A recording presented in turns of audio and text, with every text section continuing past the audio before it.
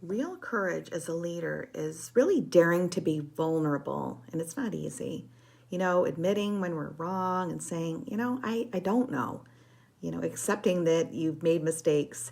Dropping the facade of invincibility really helps. People will relate and rally behind your humble honesty so much more than a strong but phony front. Perceived weakness can actually reveal strength. Letting go of ego makes room for collective wisdom to guide you.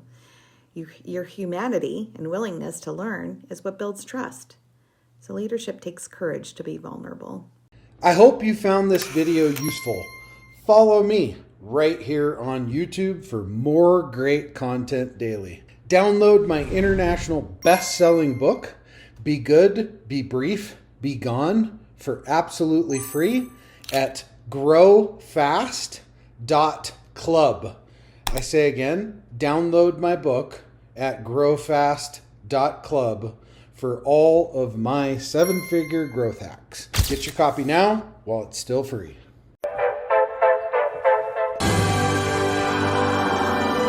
There it is. Magnum. Holy moly. Yeah, baby! That's what I've been waiting for! Dear God, it's beautiful.